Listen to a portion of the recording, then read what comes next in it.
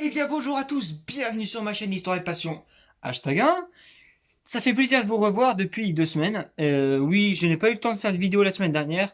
Et tout de suite, je vous le dis, la deuxième raison, c'est que la dernière fois, je vous ai fait voter entre l'Ascari Écosse et la R5 Turbo 2 en vous proposant voilà, de choisir la voiture que vous voudriez que je présente la prochaine fois.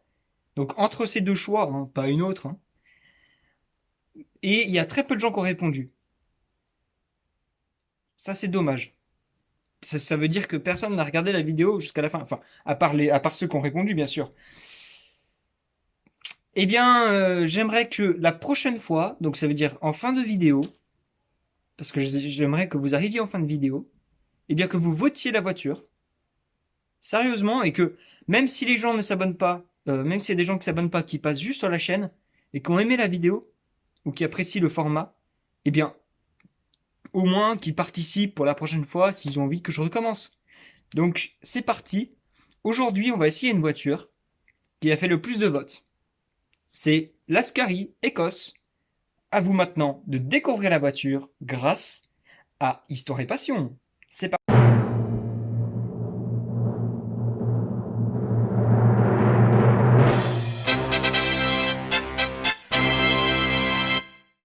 Je vais me faire couper la parole par moi-même et puis en plus, je commence à m'habituer aux petites marques rares là. Alors Ascari c'est quoi? Ascari c'est une marque anglaise qui est basée à Blandford en Angleterre et l'Ascari Écosse hein, est désigné et punaise dessiné par Lee Noble. Alors parlons-en de cette Ascari Écosse. Cette Ascari Écosse, elle a été produite de 1998 à 1999. Donc en gros, elle n'a été produite qu'un an. Euh, c'est une voiture considérée, je pense, dans la catégorie supercar, hein, parce qu'elle n'a elle a que 400 chevaux entre guillemets. Mais bon, on va peut-être parler design pour le moment. Alors, moi je la trouve très jolie. Tout de suite là, c'est vraiment joli. Joli, pas forcément magnifique, mais joli. Regardez, les petits phares sont mignons. Il y a la petite lame devant, elle est très jolie. Il n'y a pas trop d'agressivité, c'est vrai. Mais je trouve elle est fluide, voilà. Elle a des formes qui sont peut-être un petit peu cubiques sur l'arrière, mais on voit bien la petite entrée d'air. Mais ça, ce sera pour le profil, ce sera tout à l'heure. Alors là, on voit bien que le pare-brise, vous avez vu, il monte haut. Je pense que c'est pour faire la forme un peu de bulle. Il faut savoir que la voiture est longue. Hein.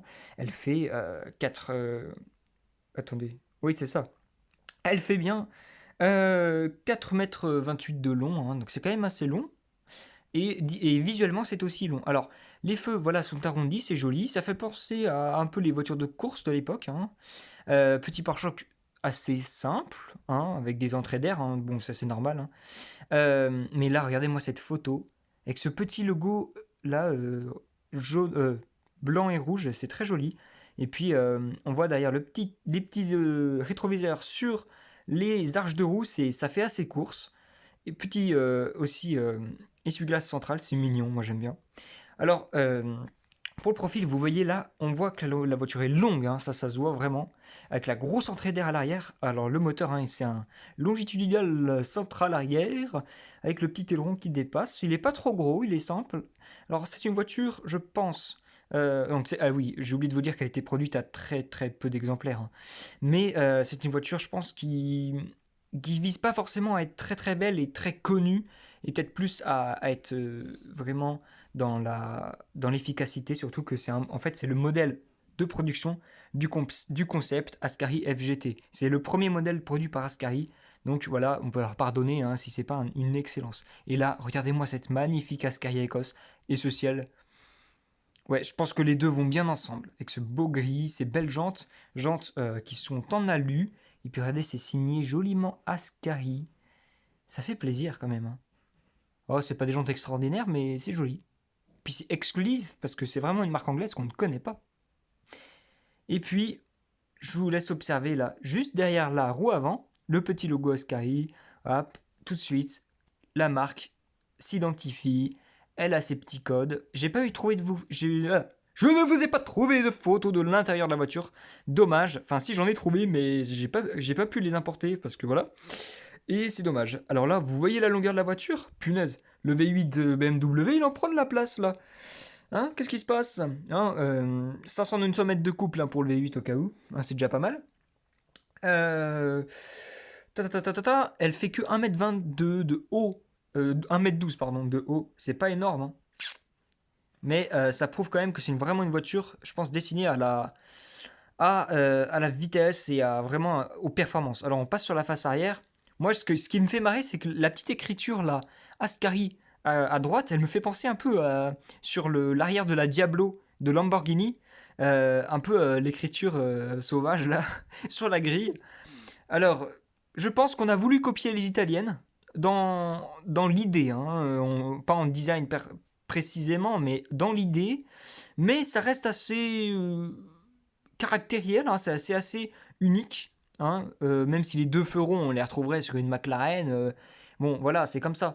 Mais là, petite écriture joliment, arrière normal, j'ai pas grand chose à vous dire dessus.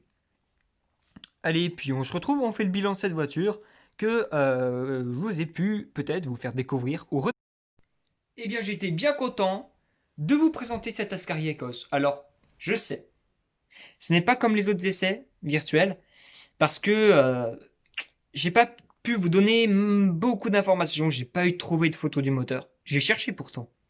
Des photos de l'intérieur, j'en avais qu'une, et ben elle n'a pas été acceptée. Voilà. Bon, l'intérieur, il est pas extraordinaire, hein. C'est un intérieur un peu chic, pas trop, pas forcément très beau. Il date un petit peu, hein, c'est normal, hein, avant année 2000. Bon, c'est pas trop grave. Le moteur, c'est un V8, je crois d'origine BMW, j'ai pas trop compris. Surtout qu'en fait, il y a par exemple, des vidéos pour s'informer dessus sont en anglais. Il n'y en a aucune en français. Donc je suis peut-être le premier à faire une vidéo en français sur la Scariacos. Bah ça tombe bien. Des vidéos intéressantes où on décrit la voiture. D'accord, je comprends l'anglais, mais il y a des limites quand même parfois parce qu'il y a des termes, par exemple, que je vais pas comprendre. Et puis, je veux me baser sur des données sûres. Problème, quand tu as des voitures comme ça, j'ai trouvé deux données. Par exemple, il y en a un qui disait 300 chevaux, l'autre 400 chevaux. J'ai pris 400 chevaux parce que je pensais que c'était plus logique pour une supercar, mais ça se trouve, elle en fait 600. Donc voilà, c'est un petit peu problématique parfois. On marche un peu sur les œufs quand on aborde ces sujets de voitures très spéciales, très limitées, en exemplaires, ou ouais, c'est parfois un peu compliqué. Mais s'il y en a un parmi vous qui a vu cette voiture quelque part, il faut qu'il le dise en commentaire. Parce que cette voiture, elle est vraiment rare. Et croyez-moi, hein, les photos que je vous mets, hein, je vous l'avais remarqué, ce ne sont pas les miennes, hein, bien sûr. Euh, et j'en ai jamais vu. Cette voiture, je la connais. Bon, en fait, pour vous dire, voilà, je suis tellement passionné automobile que en fait, il y a énormément de voitures qui sont très peu connues, tout ça, bah, que je connais parce qu'en fait, elles passent dans mes dossiers, etc. Je vais pas vous expliquer, hein, mais bref. Voilà, il y a du monde de chez moi. Mais je peux pas toutes vous les présenter. Mais du coup, je les choisis comme ça parce que j'ai trouvé que c'est assez intéressant. Il y a l'Ascari KZ1 qui suit KZ1. Sorry. Parce que bon, on dit KZ1 puisque c'est une voiture anglaise. Qui suit l'Ascari Ecos. Pour le coup, c'est une voiture beaucoup plus moderne. En termes de design, c'est plus poussé. Je pense que c'est au-dessus, c'est un niveau au-dessus. Parce que là, le design, il est assez cool. Hein, quand tu vois le B110 de Bugatti dans les années 2000, enfin, encore, non, avant année 2000, hein, 1991, elle en envoie beaucoup plus que la Scariacos, c'est certain. La Scariacos, elle vise pas les hypercars, hein. Elle vise les supercars. Genre Porsche Carrera, Aston Martin, Vantage. Elle vise aussi euh, SLR McLaren, tout ça. Bref, après vous connaissez les autres, hein. Mais après, ce qui est intéressant, voilà, c'est de découvrir ces voitures que peut-être vous ne connaissez pas. Bah, peut-être sûrement que vous ne connaissez pas parce qu'il y a beaucoup de gens qui ne connaissent pas et que bon, quelques malades mentaux de l'automobile connaissent, hein, bizarrement.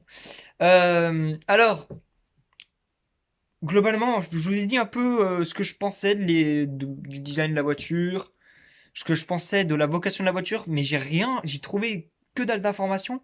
Donc bon, excusez-moi si je peux pas vous donner tout sur la planche hein, et vous faire un détaillé parfait du véhicule.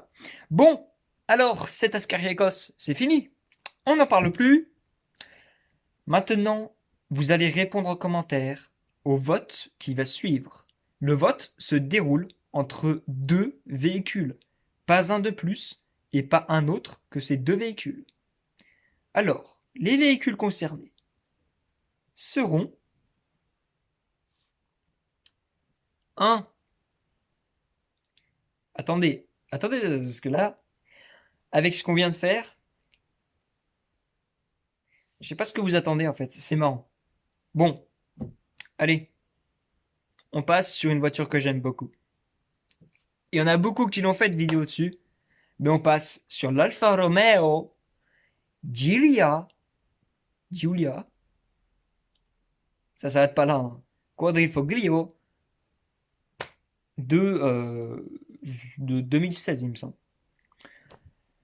Donc, elle s'affiche ici, et après, en dessous, pour le coup, vous savez, là, je suis en train de vous dire vraiment ce que je veux sur le champ. Je fais exprès comme ça, au moins comme ça, c'est vraiment. Là, je suis en train de vous parler, je vous dis vraiment ce que je pense. Donc, l'Alfa Romeo Giulia Quadrifoglio, ça, y a aucun problème là-haut. Et puis, en dessous, eh bien, on va mettre. Attention, laquelle qui va venir? Allez, l'Astra OPC, la dernière. Celle que certains ont et celle que certains ont bien customisée pour s'amuser. Allez, voyez, hein, je vous fais ça en direct. Boum, truc de décoffrage. Allez, c'est parti. Vous laissez des commentaires, hein, vous répondez. Hein, vous dites si vous avez vu la Scariacos et vous dites également si vous laquelle des entre la Giulia Cordifolio et l'Astra OPC de Opel hein, bien sûr, laquelle des deux vous préférez. Je veux que vous répondiez. Alors, maintenant, vous vous abonnez si c'est pas déjà fait, parce que je me vous fais des bonnes vidéos sur des voitures que des bonnes vidéos, je sais pas, ça dépend des goûts, mais en tout cas sur des voitures assez rares. Vous laissez un pouce bleu si vous avez aimé cette vidéo. Vous n'oubliez pas de voter, hein. Vous partagez, vous activez la cloche de notification, hein. Et puis sur ce, je vois que le temps passe. Eh bien, je vous dis à bientôt pour une nouvelle vidéo. Ciao, à la prochaine pour la passion.